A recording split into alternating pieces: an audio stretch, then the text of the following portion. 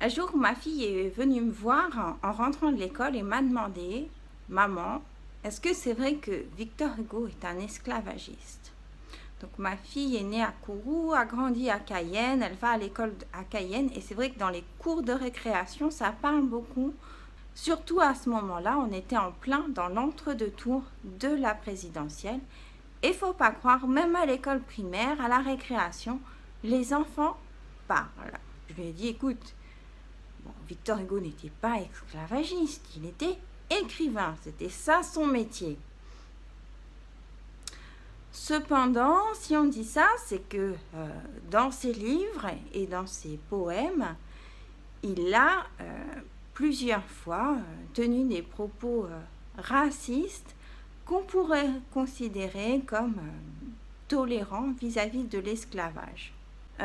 Mais j'ai rajouté que, bon, à l'époque, les gens n'étaient pas tellement au courant de ce qui se passait aux Antilles. Ils ne se rendaient pas vraiment compte de ce qui se passait.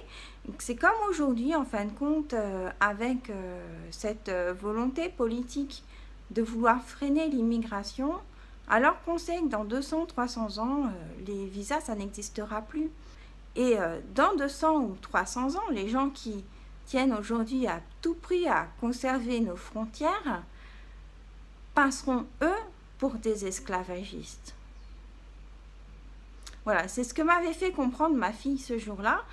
Pourquoi est-ce que je vous parle aujourd'hui de Victor Hugo? Vous allez me demander. Eh bien parce que dans le mail de ma colistière, Juliette Malo de Cossan, pour la liste 1, donc,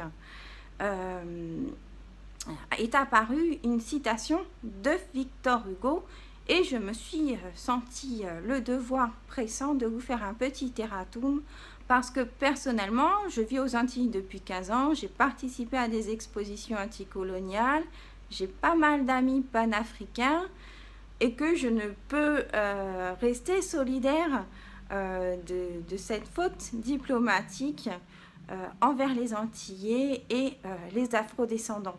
Alors, pour vous prouver mes propos, j'ai pris un petit poème de Victor Hugo que je vais vous lire. L'Afrique importe à l'univers. Des hardis pionniers se sont risqués et dès leur premier pas, ce sol étrange est apparu réel.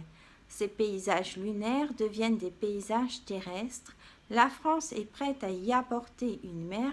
Cette Afrique farouche n'a que deux aspects: peuplée, c'est la barbarie, déserte, c'est la sauvagerie.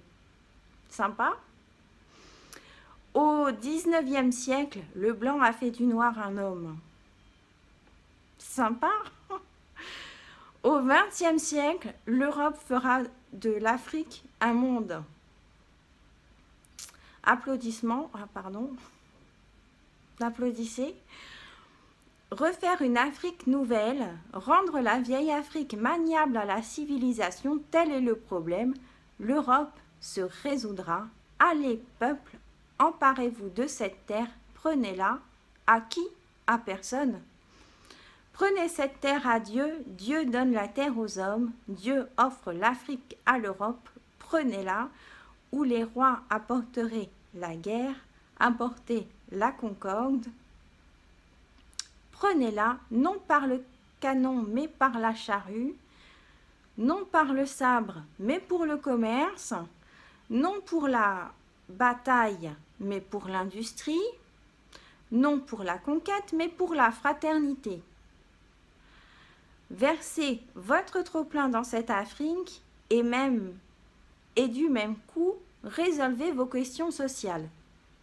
Voilà, donc ce sont ces propos-là qui sont retenus donc, par la plupart des Antillais, des anticoloniales, des panafricains, comme étant des propos esclavagistes. Et là, je m'adresse donc à tous ces jeunes députés de la République En Marche qui vont sûrement faire carrière dans la politique. Si vous voulez éviter des incidents diplomatiques, ne citez pas Victor Hugo devant des Antillais. Méfiez-vous, il y a des Antillais blancs maintenant. Le mieux, c'est de ne pas le citer, sauf si vous vous présentez dans une liste qu'on va dire populiste. Je tenais à signaler que cette citation de Victor Hugo n'engage que la parole de ma colistière Juliette Malo de Cossan et de ceux qui l'ont nommé porte-parole pour la liste. Personnellement, je ne l'avais pas nommé parce que je me doutais bien que quelque chose arriverait dans ce genre-là. Étant féministe, je suis aussi également très proche du combat de la négritude, parce que c'est un petit peu le même combat, donc même si j'en suis pas, je ne milite pas pour la négritude, j'ai des amis qui militent et je comprends leur combat, puisque le combat féministe, c'est à peu près la même chose. Je suis en marche citoyen. Je suis en marche citoyen. Je suis en marche citoyen.